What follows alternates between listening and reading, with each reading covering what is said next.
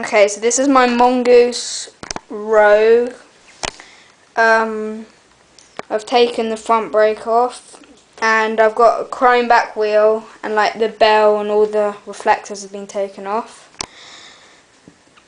Yeah, custom Blue Bullet dust caps. But I was just wondering,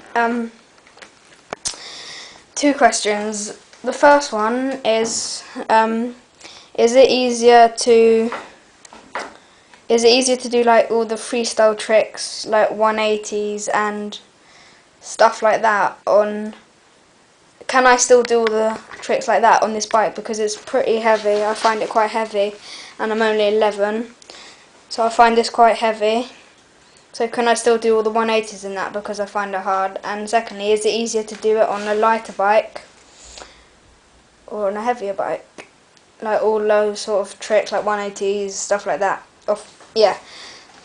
So that's pretty much it. Leave your answers in the comment section below. Yeah, thank you.